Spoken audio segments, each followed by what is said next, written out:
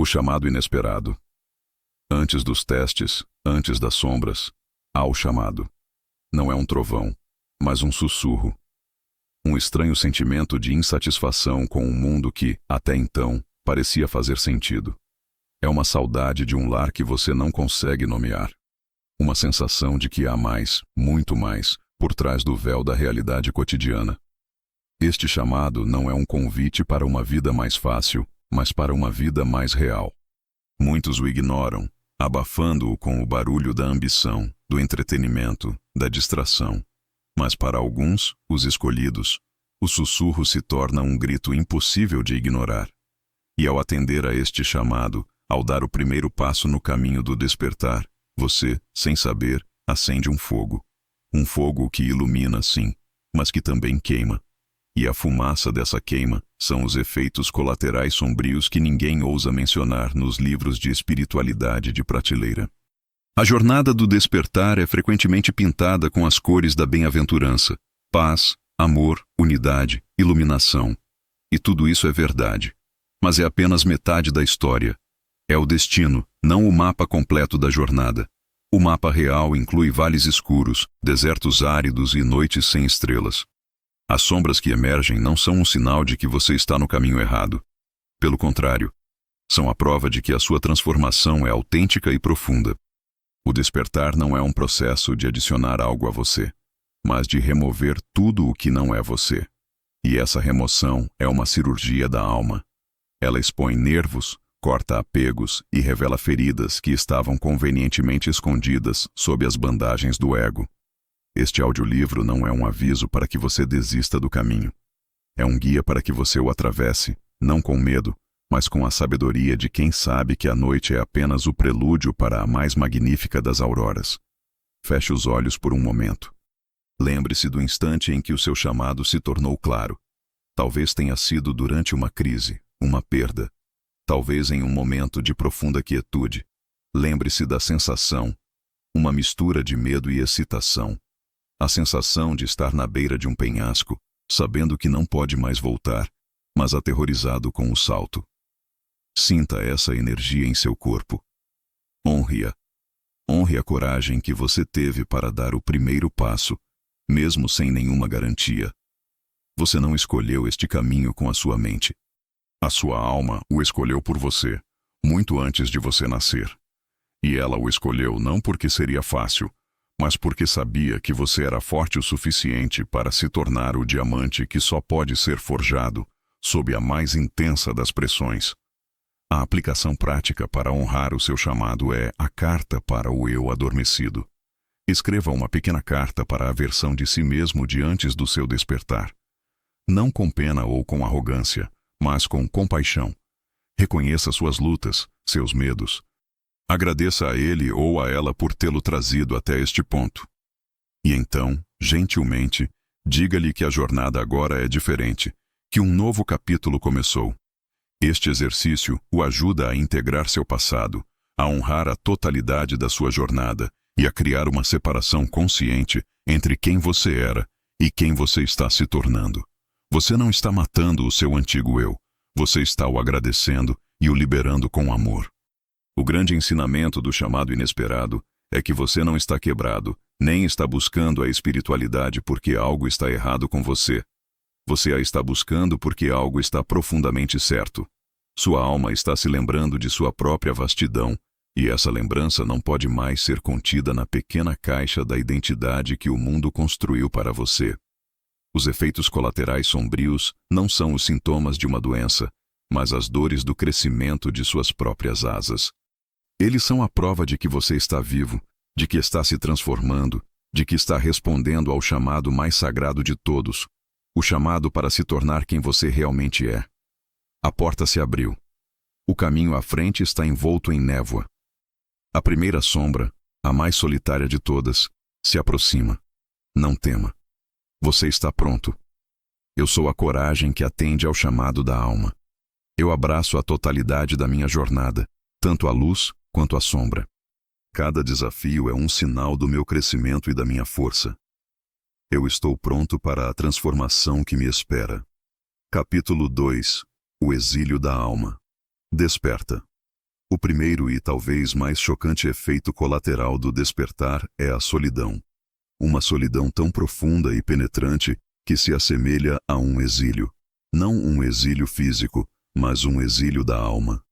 À medida que a sua percepção se expande, você começa a ver o mundo através de novos olhos.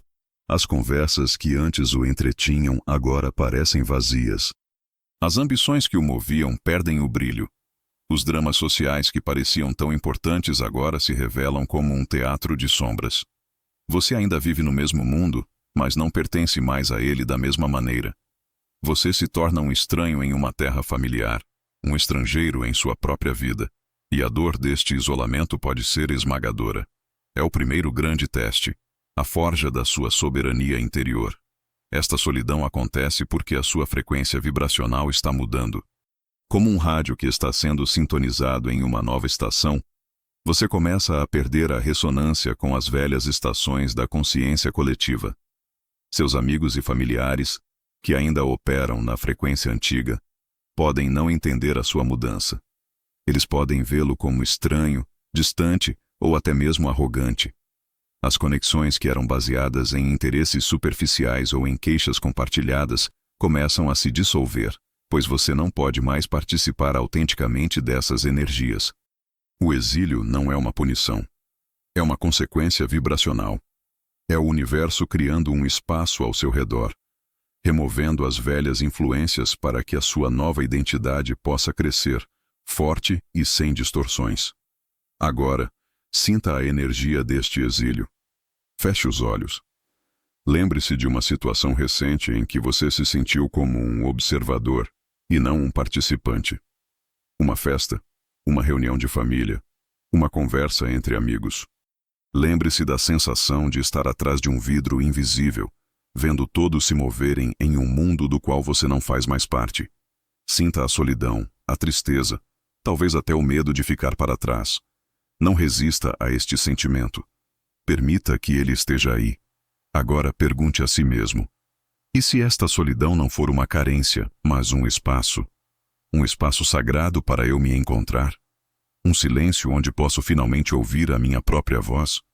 Tente reinterpretar o sentimento, não como abandono, mas como um retiro espiritual que lhe foi concedido. A aplicação prática para navegar neste exílio é a busca pela tribo da alma.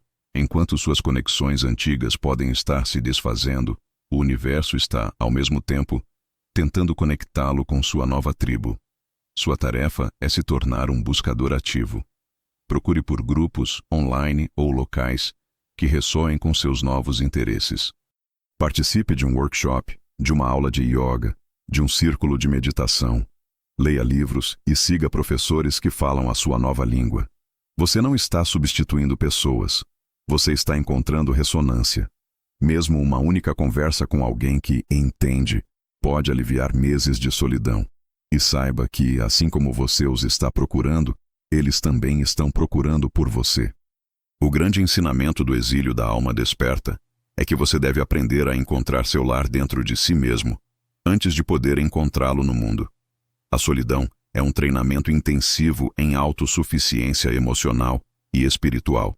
Ela o força a parar de buscar validação e pertencimento do lado de fora e a cultivá-los a partir de dentro.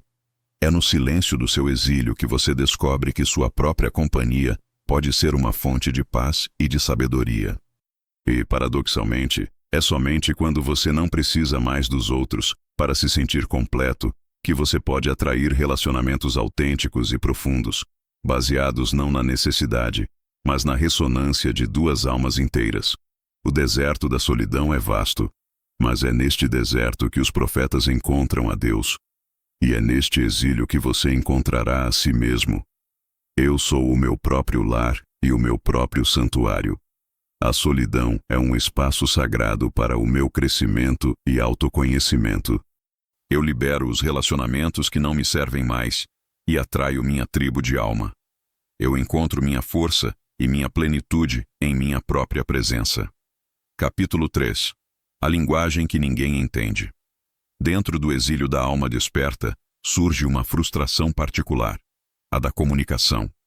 Você começa a perceber verdades profundas sobre a natureza da realidade, da consciência, do propósito.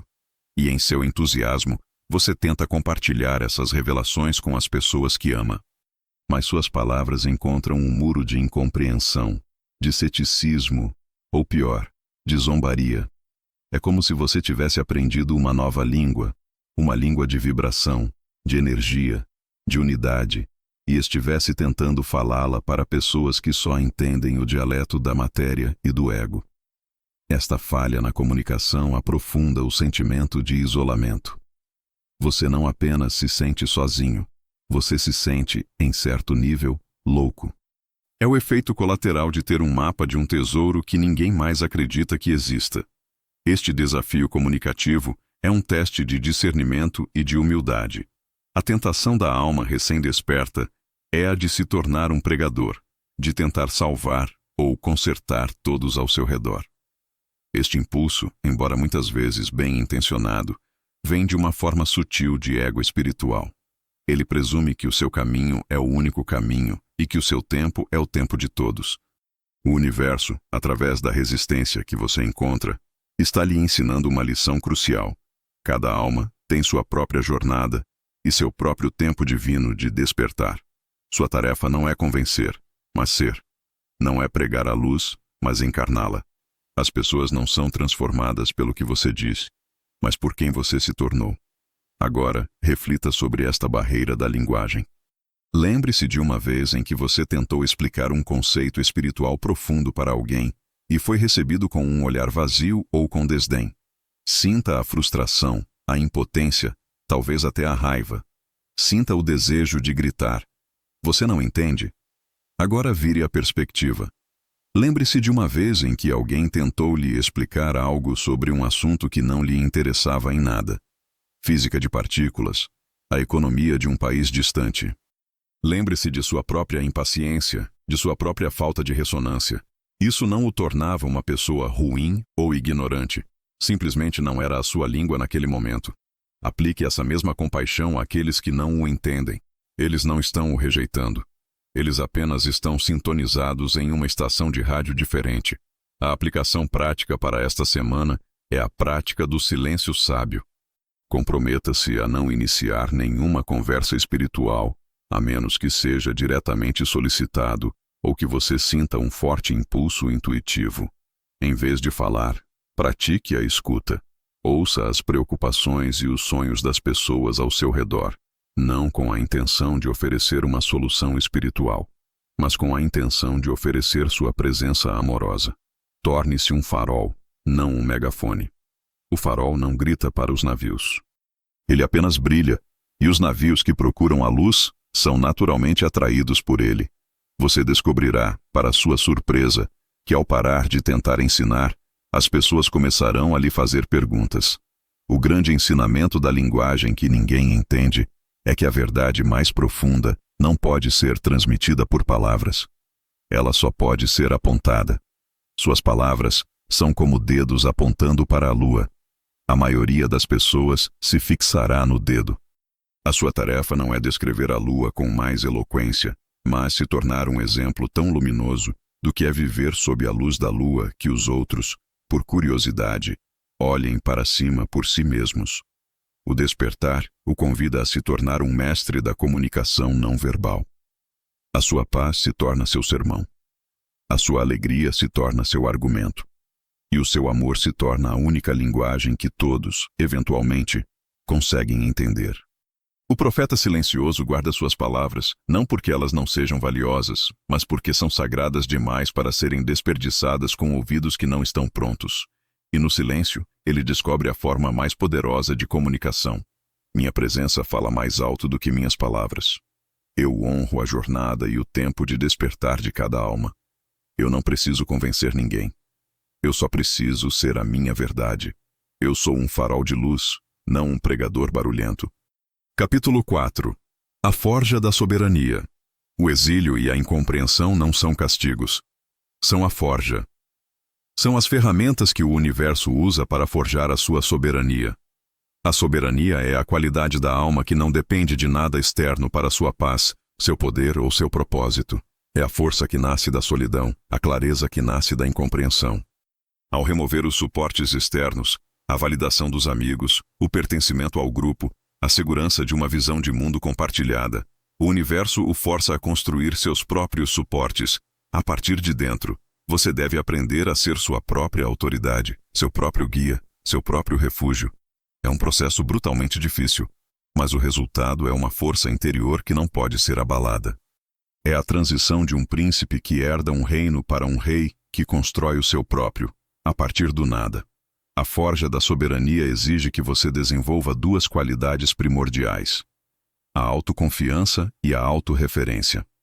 A autoconfiança, neste contexto, não é a arrogância do ego. É a confiança radical em sua própria conexão com o divino, em sua própria intuição. É saber, em cada célula do seu ser, que você tem acesso direto à verdade e que não precisa de nenhum intermediário, nenhum guru, nenhum dogma, nenhum livro para validá-la. A autorreferência é a prática de buscar respostas e validação não no mundo exterior, mas em seu próprio centro. Quando confrontado com uma decisão, o soberano não pergunta: o que os outros pensarão? Ele pergunta: o que ressoa com a minha verdade interior? Ele se torna a rocha contra a qual as ondas da opinião pública se quebram, sem efeito. Agora, sinta a têmpera desta forja. Feche os olhos. Lembre-se de um momento em que você manteve a sua verdade, mesmo quando todos ao seu redor discordavam. Um momento em que você seguiu sua intuição, mesmo que parecesse ilógico. Sinta a força que isso exigiu. Sinta o medo da rejeição, da solidão. E sinta o poder silencioso e a integridade que vieram de honrar a si mesmo. Este é o calor da forja. Agora, lembre-se de um momento em que você traiu a si mesmo para se encaixar, para ser aceito. Um momento em que você silenciou sua voz interior para agradar aos outros.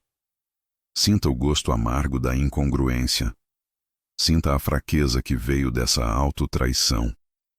A jornada da soberania é a jornada de escolher a integridade, repetidamente, até que ela se torne sua natureza.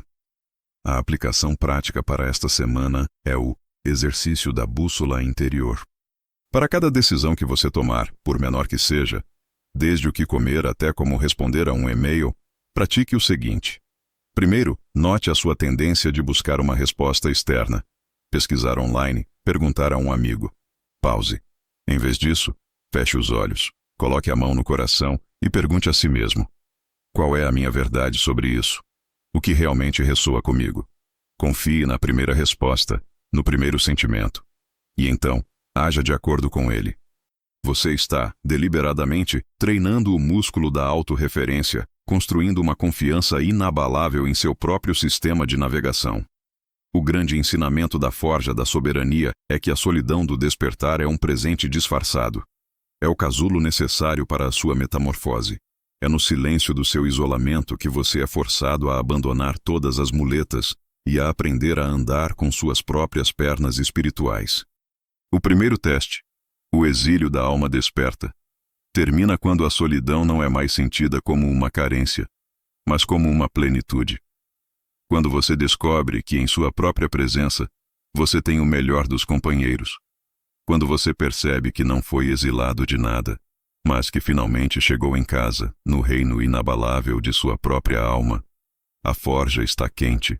O martelo do universo está moldando você. Não resista ao fogo. Ele não está o destruindo. Ele está revelando o aço indestrutível que você sempre foi. Eu sou a autoridade soberana da minha própria vida. Minha verdade interior é minha única bússola. Eu confio em minha conexão com o divino acima de todas as vozes externas. A solidão me forjou em uma força de integridade e poder. Capítulo 5. A pele rasgada. Após a forja da soberania, a alma é confrontada com o segundo grande efeito colateral sombrio do despertar. Uma sensibilidade radicalmente aumentada. É como se a pele grossa do ego, que antes o protegia do mundo, tivesse sido rasgada, deixando seus nervos espirituais e emocionais expostos. Este é o teste da pele rasgada. De repente, você se torna hiperconsciente. O barulho do tráfego parece uma agressão. as luzes fluorescentes de um supermercado se tornam insuportáveis. Você entra em uma sala e pode sentir a energia, a tensão ou a alegria das pessoas, como se fossem suas. As notícias do mundo não são mais apenas informações. Você sente o sofrimento coletivo em seu próprio corpo. Esta sensibilidade não é uma fraqueza ou uma desordem.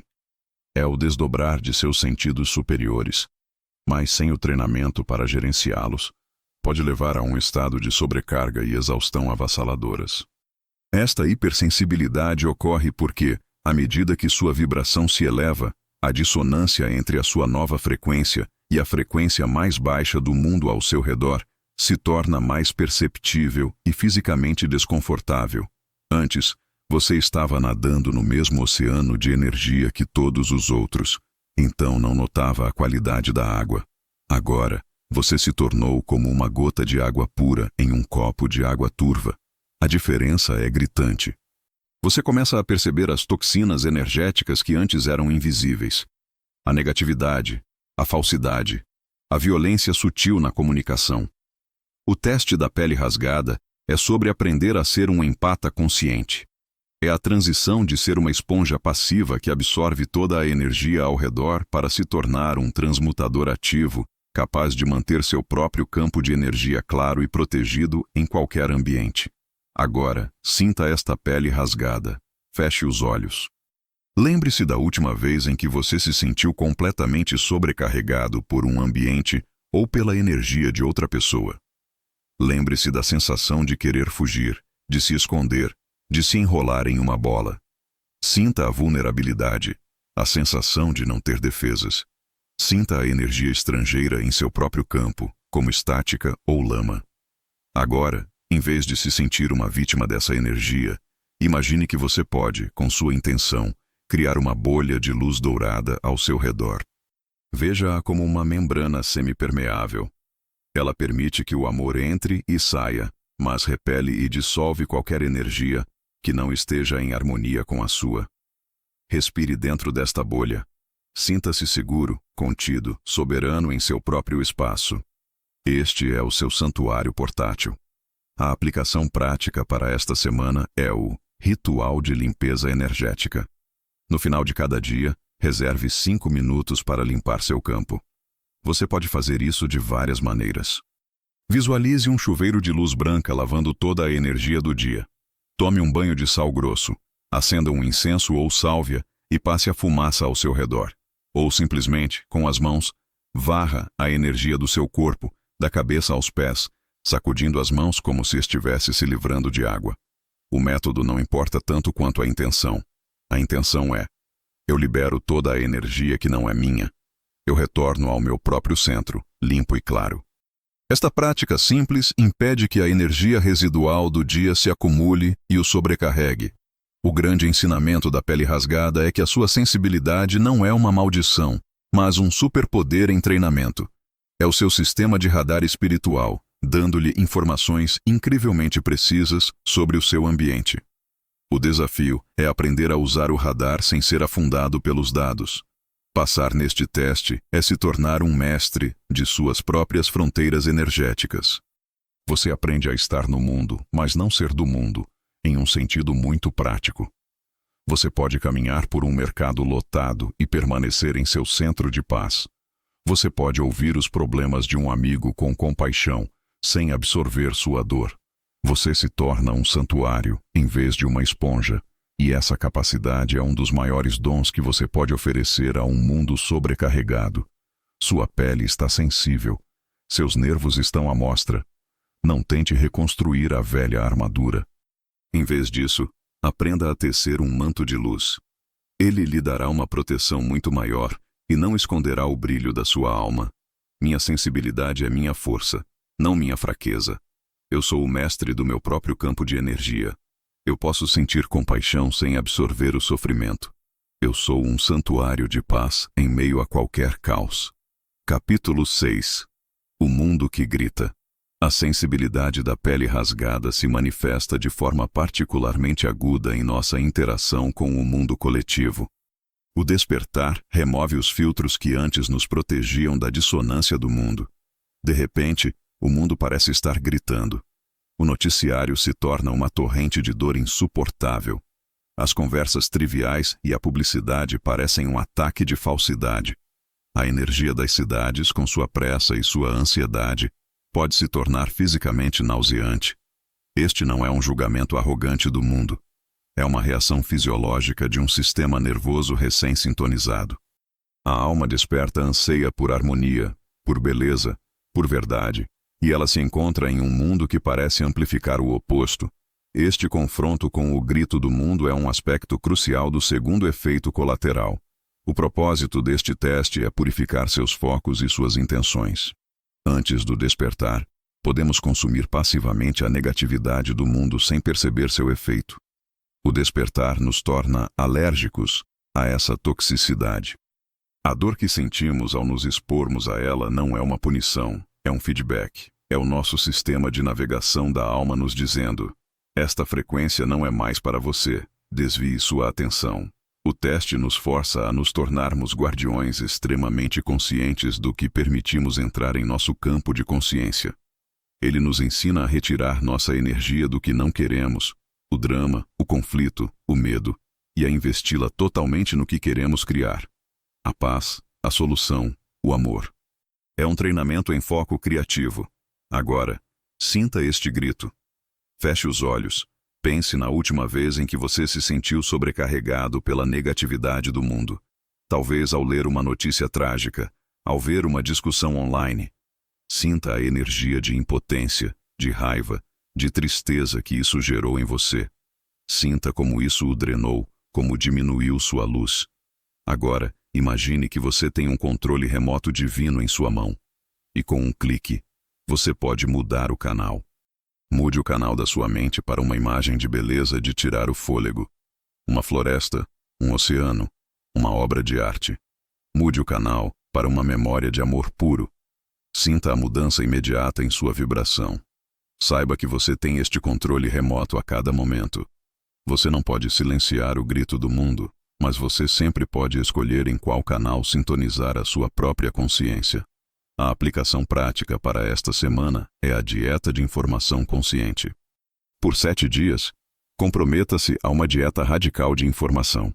Elimine completamente o consumo passivo de notícias. Dê um tempo das redes sociais, ou pelo menos, faça uma curadoria rigorosa de quem você segue. Em vez disso, alimente sua mente apenas com conteúdo que o eleve, o inspire e o eduque de forma positiva. Leia livros que nutram sua alma. Ouça músicas que o façam sentir-se bem. Assista a documentários sobre a beleza do mundo natural ou sobre heróis anônimos. O objetivo é desintoxicar sua mente e provar a si mesmo o quão dramaticamente seu estado de ser muda quando você para de se alimentar do grito do mundo e começa a se alimentar da canção da sua alma. O grande ensinamento do mundo que grita é que você muda o mundo não ao focar em seus problemas, mas ao se tornar a encarnação da solução. A energia flui para onde a atenção vai. Se a atenção da humanidade desperta está toda focada no que está errado, estamos, inadvertidamente, alimentando a própria energia que desejamos transmutar. A alma escolhida aprende a retirar sua atenção da escuridão, não por negação, mas por estratégia. Ela sabe que a maneira mais eficaz de apagar uma sombra não é lutar contra ela, mas acender uma luz. E sua atenção focada na beleza, na bondade e na possibilidade é essa luz. O mundo pode continuar a gritar por um tempo. Mas você não precisa mais participar do coro. Em vez disso, comece a cantar sua própria canção, uma canção de paz. E observe como, gradualmente, outros começam a se harmonizar com você. Eu sou o guardião da minha atenção e do meu foco. Eu escolho alimentar minha mente com o que é belo, verdadeiro e bom. Eu não luto contra a escuridão. Eu irradio a minha luz. Eu mudo o mundo ao me tornar a vibração da solução. Capítulo 7. O dom do discernimento. A sensibilidade da pele rasgada e a cacofonia do mundo que grita não são testes projetados para destruí-lo, mas para forjá-lo em um instrumento de precisão. O resultado final deste processo é o desenvolvimento de uma nova e poderosa faculdade. O dom do discernimento. O discernimento é a capacidade de sentir a verdade de uma situação, de uma pessoa ou de uma informação, para além das aparências. Não é um julgamento mental, mas uma percepção energética. É a sua sensibilidade, antes uma fonte de sobrecarga, agora refinada em uma ferramenta de navegação. Você aprende a ler a vibração. Você sabe em seu corpo quando algo é autêntico e quando é falso. Você sente quando um ambiente é nutritivo e quando é tóxico. Este dom é a conclusão do segundo teste sombrio. A alma que desenvolveu o discernimento se torna imune à manipulação. Ela não pode mais ser enganada por palavras bonitas que escondem uma intenção sombria ou por promessas vazias. Seu corpo é o seu detector de mentiras. Ela também se torna uma mestra da eficiência energética. Ela não desperdiça mais seu tempo e sua força vital em projetos, relacionamentos ou discussões que não estão alinhados com sua alma, porque ela pode sentir a dissonância desde o início. O discernimento lhe dá a clareza para dizer não, com firmeza e sem culpa, e para dizer sim, com total convicção. É a transição de uma vida reativa para uma vida de escolhas conscientes e poderosas, baseadas não na lógica do ego, mas na sabedoria do corpo e da alma. Agora, vamos afinar seu instrumento de discernimento. Feche os olhos. Lembre-se de uma vez em sua vida em que você sabia que algo estava errado, mesmo que todas as evidências externas dissessem o contrário. Um aperto no estômago sobre um negócio, uma sensação estranha sobre uma pessoa. Lembre-se de como você talvez tenha ignorado essa sensação, apenas para descobrir mais tarde que ela estava certa. Honre essa sabedoria. Agora, lembre-se de uma vez em que você sabia que algo era certo, mesmo que parecesse um risco. A sensação de expansão, de certeza tranquila que o impulsionou para a frente.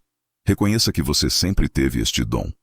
O trabalho não é adquiri-lo, mas aprender a ouvi-lo e, o mais importante, a confiar nele. A aplicação prática para aprimorar seu discernimento é o teste do sim não corporal. Esta é uma ferramenta simples de cinesiologia. Fique de pé, relaxado, feche os olhos, pense em algo que você sabe que é absolutamente verdadeiro para você, como meu nome é seu nome. E observe a sutil tendência do seu corpo. Ele se inclina ligeiramente para a frente, um sim, ou permanece estável. Agora, pense em algo que é absolutamente falso, como meu nome é Cleópatra, e observe. Seu corpo provavelmente se inclinará ligeiramente para trás, um não. Brinque com isso. Use este teste para perguntas simples. É para o meu bem maior ir a este evento hoje? Sinta a resposta do seu corpo. Você está aprendendo a usar seu corpo como um pêndulo para a verdade. O grande ensinamento do dom do discernimento é que sua vulnerabilidade era, na verdade, sua maior força em estado latente. A pele rasgada era o casulo se rompendo para liberar as antenas da sua alma. Ao passar pelo teste da hipersensibilidade, você não se tornou mais fraco. Você se tornou mais perceptivo. Você trocou a armadura da ignorância pela inteligência do sentimento. E com este dom, você está agora equipado para navegar no mundo com uma graça e uma precisão que antes eram impossíveis. Você não precisa mais adivinhar. Você pode sentir. E esse sentir é a sua bússola, o seu guia, o seu superpoder. A dor da sensibilidade se transformou na precisão do discernimento. O mundo que gritava agora se tornou uma sinfonia de informações que você pode ler com maestria. Você está pronto para o próximo nível de escuridão. O deserto interior. Minha sensibilidade é o meu superpoder de discernimento. Eu confio na sabedoria do meu corpo para me guiar. Eu posso sentir a verdade para além das aparências. Eu faço escolhas poderosas e alinhadas a partir da minha clareza interior. Capítulo 8. O deserto do real. O terceiro efeito colateral sombrio do despertar é talvez o mais existencial, a profunda e desoladora perda de significado. Chamamos isso de o deserto do real. À medida que o véu da ilusão se dissipa, o mundo que antes era colorido e cheio de importância se torna cinza e sem sentido. As metas que o moviam, sucesso na carreira, status, posses, são subitamente reveladas como jogos vazios. Os prazeres que antes o satisfaziam entretenimento, socialização superficial, perdem seu sabor. Você olha para a sociedade, para seus rituais, para suas obsessões, e vê um teatro de sonâmbulos, e você não consegue mais acreditar na peça. Este não é o exílio de se sentir diferente, é a crise de sentir que nada mais importa. É um niilismo espiritual que pode ser profundamente assustador. Este deserto do real é um estágio necessário de desintoxicação. É a sua alma se purgando do vício em significado externo. Por toda a nossa vida, fomos ensinados a buscar nosso propósito e nossa felicidade em coisas lá fora. O despertar nos mostra a falsidade dessa busca. O deserto é o período de abstinência. O universo remove todas as suas fontes externas de sentido para forçá-lo a uma única pergunta. Se nada disso importa, o que importa? É um teste de fogo para a sua motivação. Você está no caminho espiritual para obter algo, paz, poderes, iluminação, ou você está nele pela verdade, mesmo que a verdade seja um vazio aparente. O deserto queima tudo o que é falso, tudo o que é condicional, até que apenas a busca pela verdade em si permaneça. Agora, sinta a aridez deste deserto. Feche os olhos. Lembre-se de um objetivo pelo qual você lutou muito, apenas para descobrir que, ao alcançá-lo, a satisfação foi breve ou inexistente. Lembre-se da sensação de "é só isso?". Sinta a energia do desapontamento, do vazio. Sinta a perda de direção quando os velhos mapas não servem mais. Sinta o medo de que, talvez, não haja nenhum tesouro, nenhum destino, apenas esta caminhada sem sentido sob um sol escaldante. Permaneça neste vazio. Não tente preenchê-lo com um novo objetivo. Apenas esteja com o desconforto de não ter um porquê. Este é o ponto zero a partir do qual um propósito verdadeiramente autêntico pode, eventualmente, nascer. A aplicação prática para atravessar o deserto é a prática do propósito mínimo. Quando o grande propósito da vida parece ter desaparecido, reduza a escala. Sua tarefa é encontrar um propósito mínimo e imediato para o seu dia. Pode ser tão simples quanto: meu propósito hoje é fazer uma refeição nutritiva para mim mesmo. Ou, meu propósito hoje é dar uma caminhada e observar uma árvore com atenção. Ou, meu propósito hoje é ser gentil com o caixa do supermercado. Ao ancorar seu senso de propósito em atos pequenos, presentes e alcançáveis, você impede que a mente se perca na vastidão do "qual é o sentido de tudo?". Você está aprendendo a encontrar o significado não em um destino futuro, mas na qualidade da sua presença, aqui e agora. O grande ensinamento do deserto do real é que o significado não é algo que se encontra, mas algo que se cria. E ele não é criado pela mente, mas irradiado pelo ser. A busca por um propósito externo é uma armadilha do ego. O verdadeiro propósito da sua vida não é uma profissão ou uma missão grandiosa. O seu verdadeiro propósito é despertar. E quando você está totalmente desperto, totalmente presente, tudo o que você faz se torna imbuído de propósito. Lavar a louça se torna um ato sagrado. O deserto do real o esvazia de todos os falsos propósitos para que você possa descobrir que a sua própria presença é o propósito. E a partir dessa descoberta, um novo tipo de fazer, um que é uma expressão do seu ser, começará a florescer. A miragem de um oásis no horizonte desapareceu, e você percebe que estava perseguindo uma ilusão. A verdadeira fonte de água não está à sua frente, está sob seus pés. É hora de cavar. Eu sou a fonte do meu próprio significado e propósito. Eu libero a necessidade de encontrar minha felicidade em metas externas. Eu encontro propósito na qualidade da minha presença em cada momento. Meu verdadeiro propósito é simplesmente ser quem eu sou, plenamente. Capítulo 9. A morte dos velhos sonhos. No coração do deserto do real, ocorre um funeral. É o funeral dos seus velhos sonhos, das suas antigas identidades, da pessoa que você pensou que seria. O despertar espiritual é um processo de morte e renascimento. E para que o novo possa nascer, o velho deve morrer. E esta morte não é indolor. A morte dos velhos sonhos é o luto consciente por todas as ambições e desejos que o ego havia estabelecido como a medida do seu sucesso e felicidade. A carreira que você planejou, o estilo de vida que você cobiçava, a imagem de si mesmo que você projetava para o futuro. Tudo isso começa a se desfazer, revelado como as aspirações de um personagem em um sonho do qual você agora está acordando. Este processo pode ser profundamente confuso e doloroso. Pode parecer que você está perdendo a ambição, a direção, a si mesmo. Amigos e familiares podem vê-lo como alguém que desistiu ou que está se perdendo. O teste aqui é o da coragem de soltar. É a coragem de ficar em um espaço de transição, um limbo, sem saber quem você está se tornando, tendo liberado quem você era.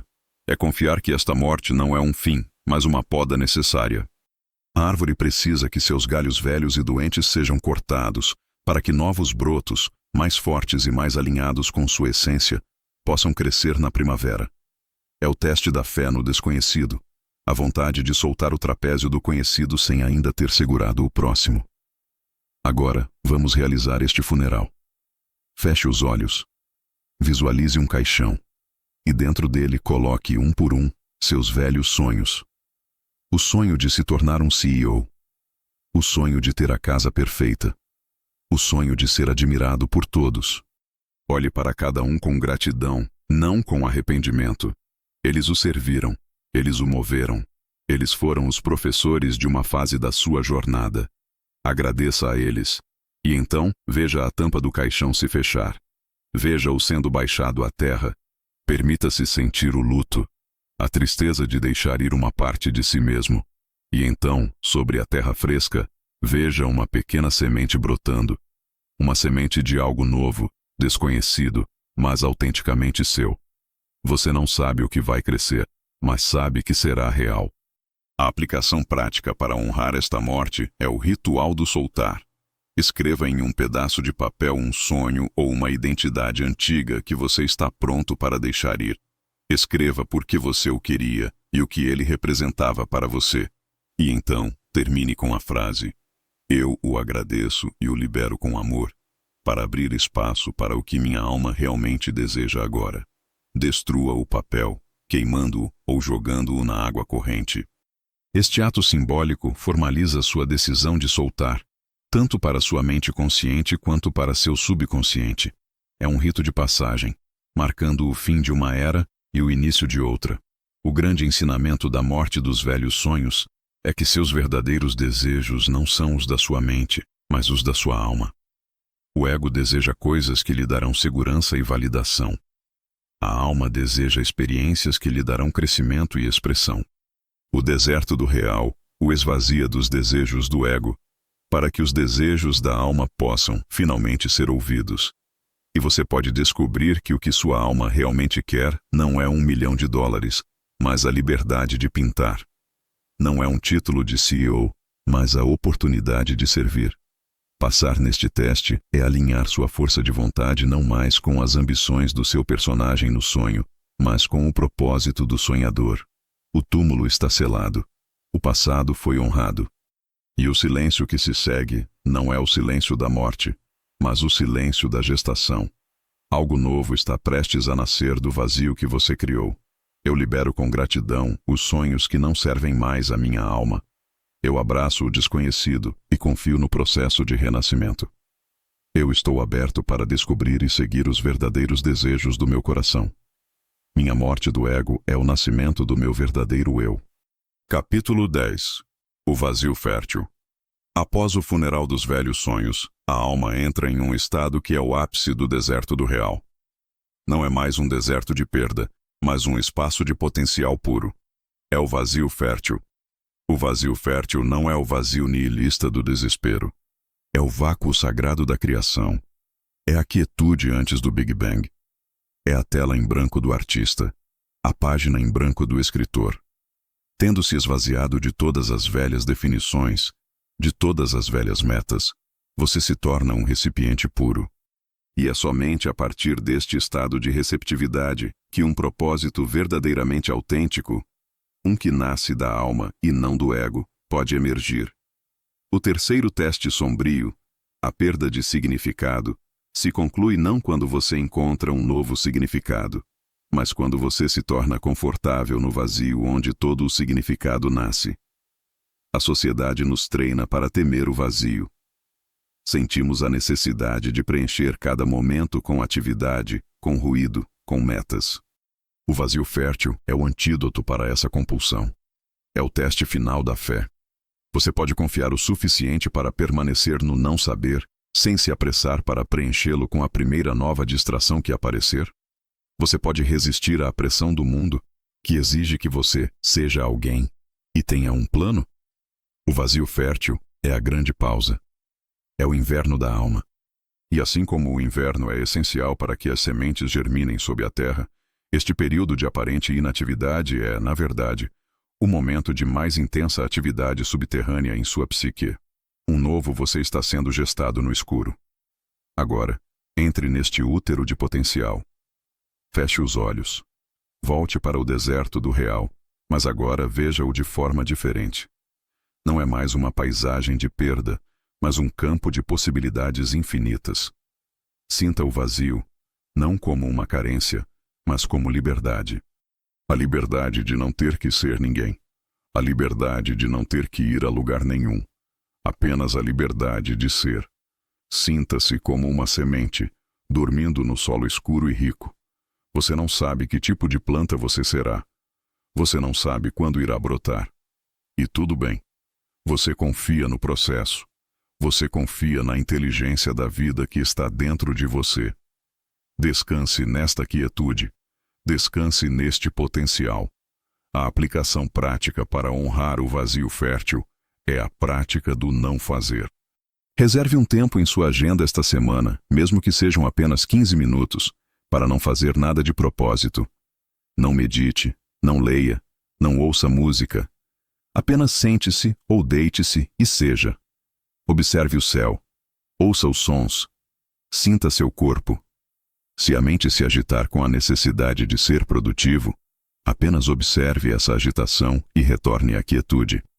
Esta é uma prática radical em uma cultura obcecada pela produtividade. Você está se recondicionando para valorizar o ser tanto quanto o fazer.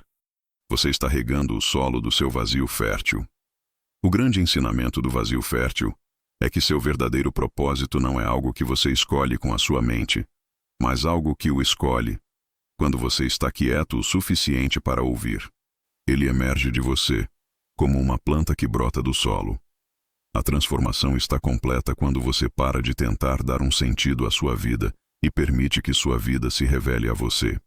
Passar pelo teste do deserto do real é descobrir que o maior presente que você pode dar a si mesmo não é encontrar as respostas, mas se apaixonar pelas perguntas e se sentir em casa no mistério. O deserto floresceu, não com oásis externos, mas com a descoberta de que o próprio vazio era a fonte de toda a vida. E a partir deste solo fértil, a alma está pronta para enfrentar sua própria escuridão interior. Eu abraço o vazio como a fonte de toda a criação. Eu confio no processo de gestação e no tempo divino. Meu verdadeiro propósito emerge do silêncio, não do esforço.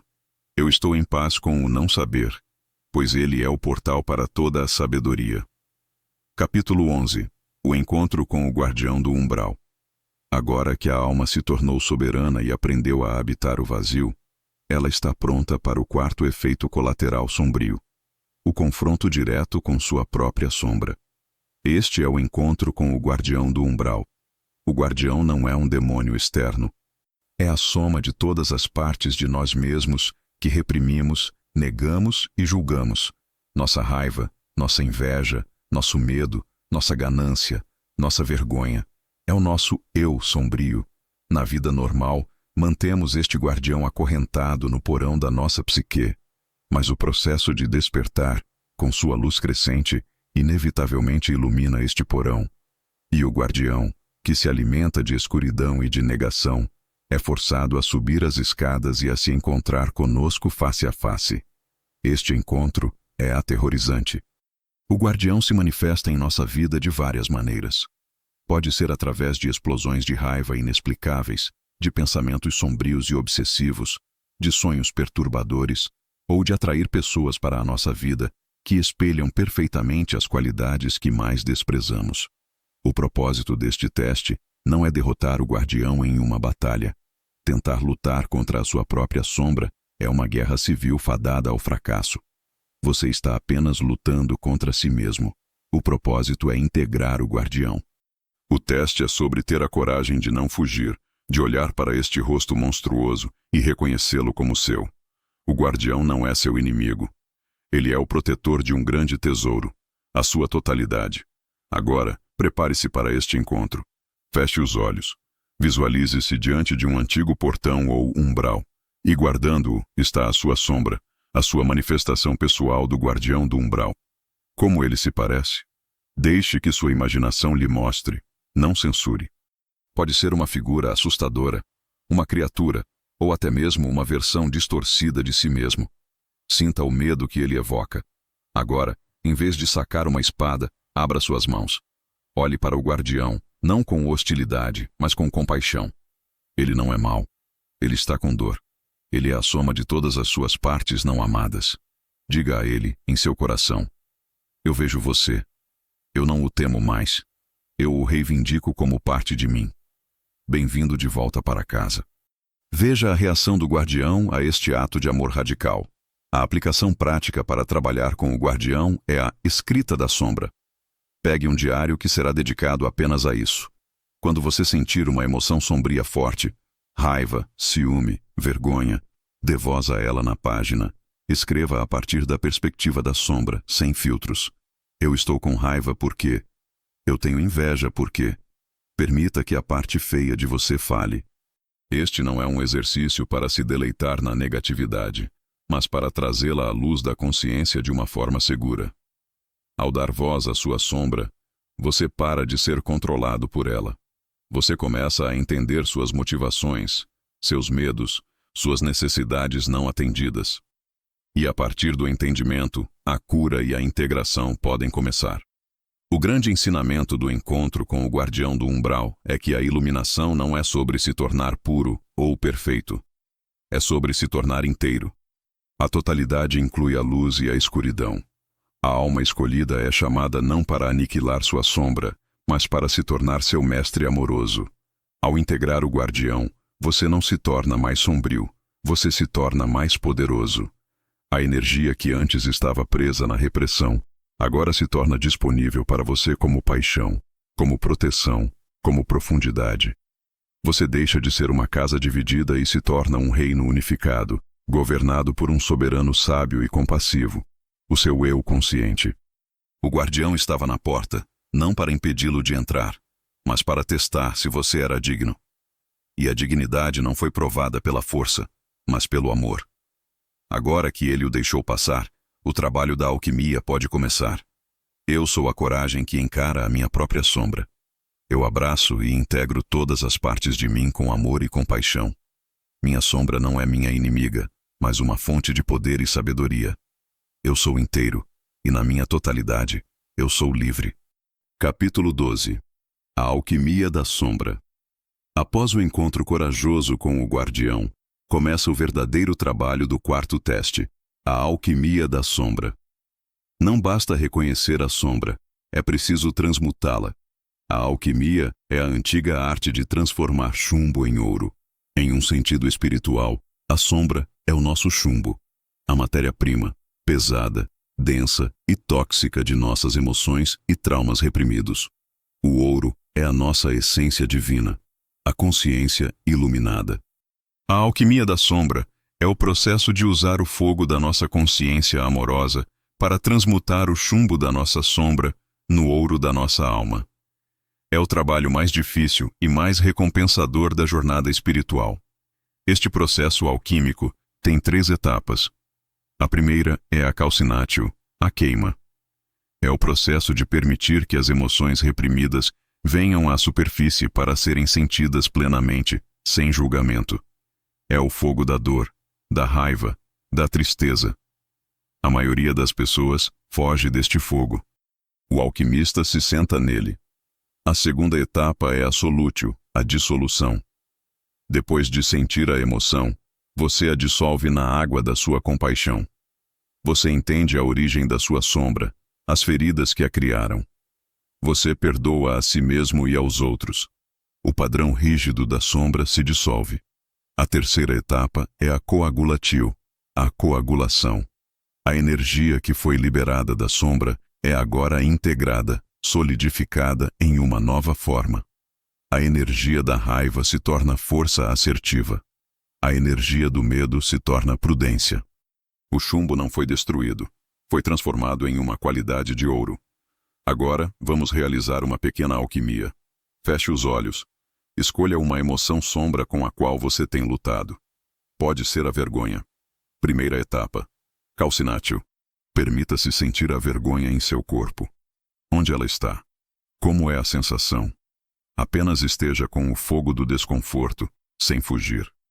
Respire nele. Segunda etapa. Solútio. De onde vem essa vergonha? Lembre-se, talvez, de uma experiência de infância onde você foi humilhado. Envie compaixão para aquela criança. Entenda que ela não fez nada de errado. Veja a história por trás da emoção. Sinta o padrão da vergonha começando a se dissolver na água do seu amor. Terceira etapa. Coagulatio. Qual é o ouro escondido na vergonha? Talvez seja a humildade. Talvez seja o desejo de viver com mais integridade. Reivindique este ouro. Sinta a energia que antes era vergonha se solidificar como uma nova força, uma nova sabedoria em seu ser. A aplicação prática para esta semana é a ferramenta da aceitação radical. O catalisador para toda a alquimia é a aceitação. A ferramenta é simples. Sempre que uma emoção sombria surgir, pare. Coloque a mão no seu coração e diga a si mesmo ou para a emoção: eu permito que você esteja aqui. Apenas isso. Ansiedade, eu permito que você esteja aqui. Raiva, eu permito que você esteja aqui. Esta frase curta-circuita o mecanismo de resistência do ego, que é o que mantém a emoção presa. Ao permitir que a emoção esteja presente, sem lutar contra ela, você cria o espaço para que ela passe por seu processo natural de transmutação. Como uma nuvem de tempestade que, se não for resistida, eventualmente se dissipa e libera sua chuva. O grande ensinamento da alquimia da sombra é que não há partes de você que precisem ser descartadas. Tudo é sagrado. Tudo pode ser usado. O despertar não é sobre se livrar da sua humanidade, mas sobre infundi-la com sua divindade. A alma escolhida é chamada a ser uma mestra alquimista, que não teme a escuridão porque sabe que ela é a matéria-prima para a luz. Passar neste teste é desenvolver um coração tão vasto e tão amoroso que pode conter toda a gama da experiência humana, sem julgamento. E é a partir deste coração alquímico que a verdadeira cura, tanto para si mesmo quanto para o mundo, pode finalmente começar. O chumbo foi colocado no cadinho. O fogo da sua consciência está aceso. Não desista do processo. A transformação em ouro é inevitável. Eu sou o alquimista da minha própria alma. Eu transformo o chumbo das minhas feridas no ouro da minha sabedoria. Eu permito e sinto todas as minhas emoções, sabendo que elas são portais para a cura. Não há nada em mim que não possa ser transmutado pelo poder do meu amor. Capítulo 13. A pequena morte. O quinto e último efeito colateral sombrio do despertar é o mais profundo e o mais assustador. É a dissolução da própria identidade que sobreviveu a todos os outros testes. É a pequena morte, ou a morte do ego. Tendo-se desidentificado do mundo exterior e integrado sua sombra interior, a alma chega ao limiar final. Ela percebe que o eu que ela pensava ser, mesmo o eu espiritual, soberano e integrado, ainda é uma construção, uma história. A pequena morte é o processo de soltar esta última e mais central identidade. É o colapso do senso de um eu separado. Para a entidade que está morrendo, o ego, isso é sentido como a aniquilação total. É o medo em sua forma mais pura. Este não é um evento único, mas um processo. Acontece em ondas. Há momentos em que o senso de eu desaparece e há apenas o ser, a pura consciência. E então, o ego, em pânico, volta correndo, tentando reafirmar seu controle. Esses períodos podem ser de uma confusão e de uma desorientação extremas. Você pode se perguntar: quem sou eu? E não encontrar nenhuma resposta. Você pode sentir uma falta de chão, uma vertigem existencial. O mundo pode parecer irreal, como um sonho. O teste da pequena morte não é sobre forçar o ego a morrer, mas sobre relaxar e permitir que ele se dissolva. É o teste da rendição final. É soltar o buscador para que o que é buscado possa ser revelado como o que você sempre foi. Agora, aproxime-se do limiar desta morte. Feche os olhos. Pergunte a si mesmo, repetidamente: quem sou eu? Rejeite todas as respostas que a mente oferecer. Eu sou um corpo. Você é a consciência que está ciente do corpo. Eu sou meus pensamentos. Você é a consciência que está ciente dos pensamentos. Eu sou minhas emoções. Você é a consciência que está ciente das emoções. Continue a se despir de todas as etiquetas, de todas as definições. O que resta quando você não é nenhuma dessas coisas? Não tente encontrar uma resposta. Apenas permaneça na pergunta. Permaneça no espaço vazio que se abre. Sinta a vertigem, o medo do aniquilamento. E então, talvez, sinta a paz que existe por trás do medo. A paz de não ter que ser ninguém. A aplicação prática para navegar na pequena morte é a prática do desfocar. Ao longo do seu dia, encontre momentos para deliberadamente desfocar seu senso de eu. Ao caminhar, em vez de pensar, eu estou caminhando, sinta o movimento do caminhar acontecendo. Ao ouvir, em vez de pensar, eu estou ouvindo, torne-se apenas a audição. Dissolva o sujeito e o objeto na experiência una. Você está praticando a desidentificação do fazedor, do pensador, do experimentador. Você está relaxando na consciência impessoal, no grande eu, que é a vida mesma se experienciando através da sua forma. O grande ensinamento da pequena morte é que o que morre é apenas uma ilusão. O ego, o senso de um eu separado, nunca foi real em primeiro lugar. Era uma contração na consciência, um nó no fluxo da vida. O que você teme perder é a sua própria prisão. O que resta após a morte do ego não é o nada, mas o tudo. É a consciência universal. O eu sou, que é a essência de toda a existência. Passar neste teste final é despertar do sonho do eu separado para a realidade da unidade. É a liberdade final. Não há mais ninguém para ser ferido, ninguém para se preocupar, ninguém para proteger. Há apenas a vida, dançando consigo mesma, em uma celebração de beleza e de amor sem fim. O personagem que você pensava que era está morrendo. Não lute, renda-se. A morte do personagem é o nascimento do autor. Eu sou a consciência na qual o ego aparece e desaparece. Eu libero o medo da minha própria dissolução e me rendo ao meu verdadeiro ser.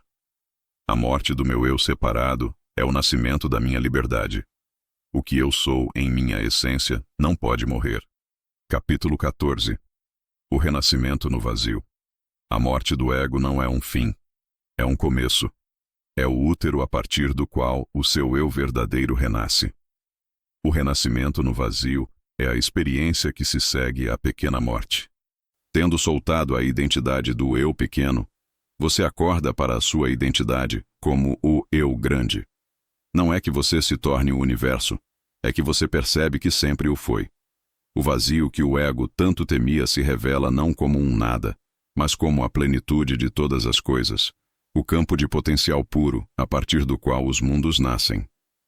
O renascimento não é a aquisição de uma nova identidade, mas o relaxamento na identidade que sempre foi sua, a identidade como a própria consciência.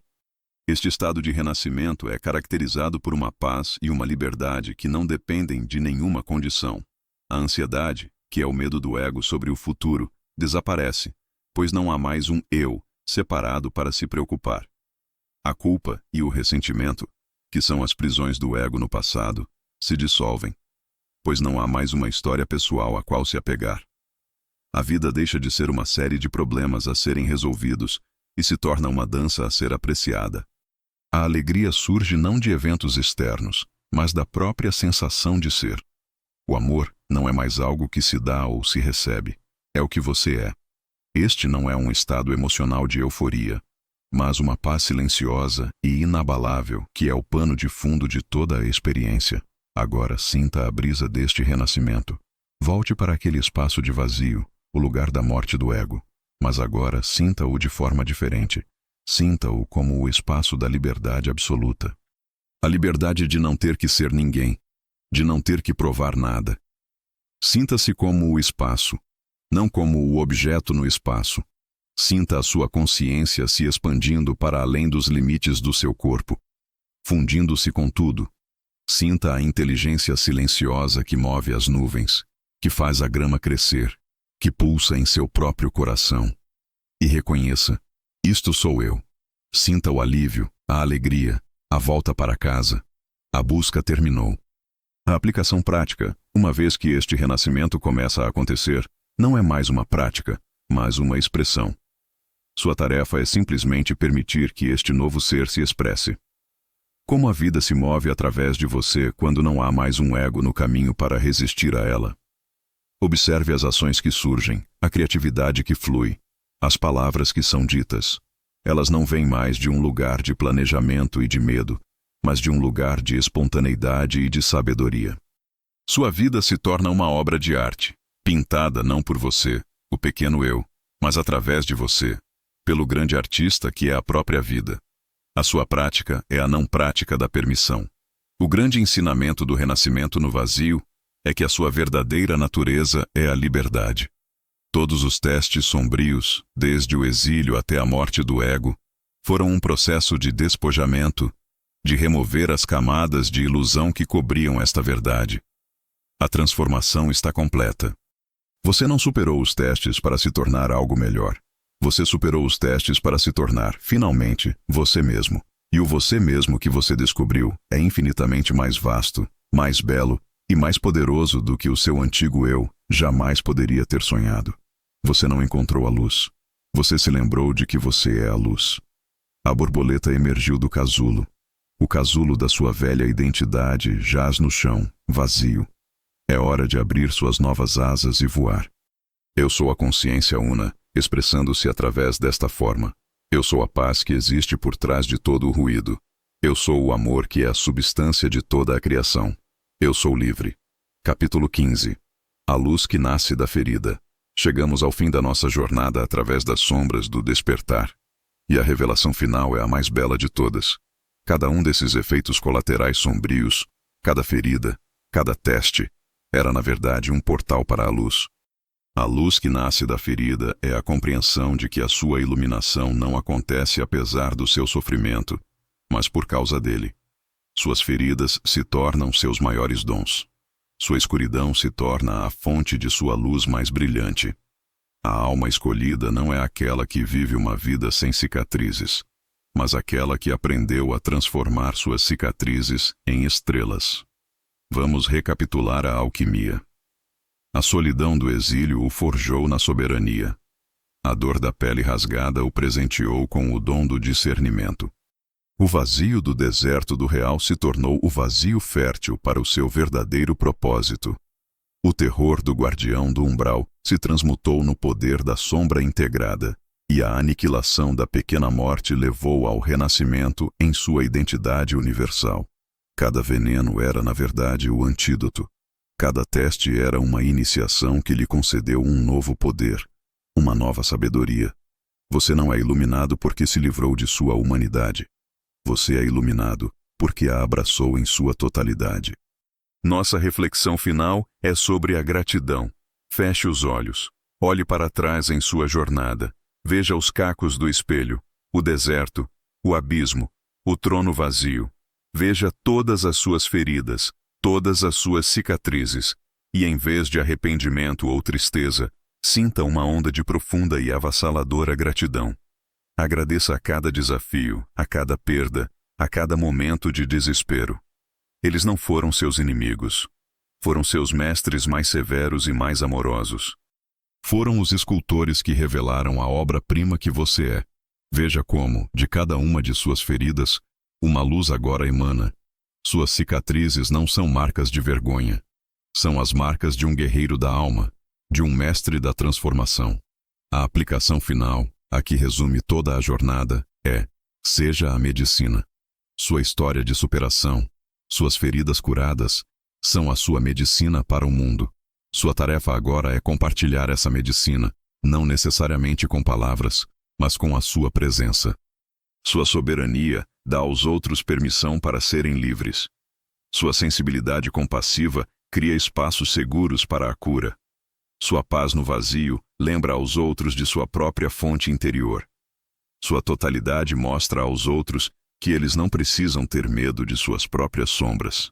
E sua liberdade do ego é um convite silencioso para que todos despertem do sonho. Sua vida se tornou um manual de instruções. O grande ensinamento da luz que nasce da ferida é que o propósito final do seu despertar não era para você. Era para o mundo. Os escolhidos são chamados para os testes mais difíceis, não para seu próprio engrandecimento, mas para que possam se tornar faróis, âncoras de uma nova consciência para a humanidade. A sua jornada através do inferno pessoal o qualificou para guiar os outros para fora do deles. Sua maior dor se tornou seu maior propósito. E essa é a beleza final, a graça perfeita do plano divino. Os testes acabaram. A missão começa. Os efeitos colaterais sombrios se revelaram como bênçãos disfarçadas. E você, a alma escolhida, não é mais um candidato. Você é um farol. Vá e brilhe.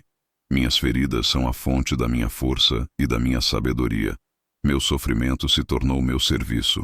Eu sou um farol de esperança e de cura para o mundo. Eu sou a prova viva de que a luz mais brilhante nasce da escuridão mais profunda.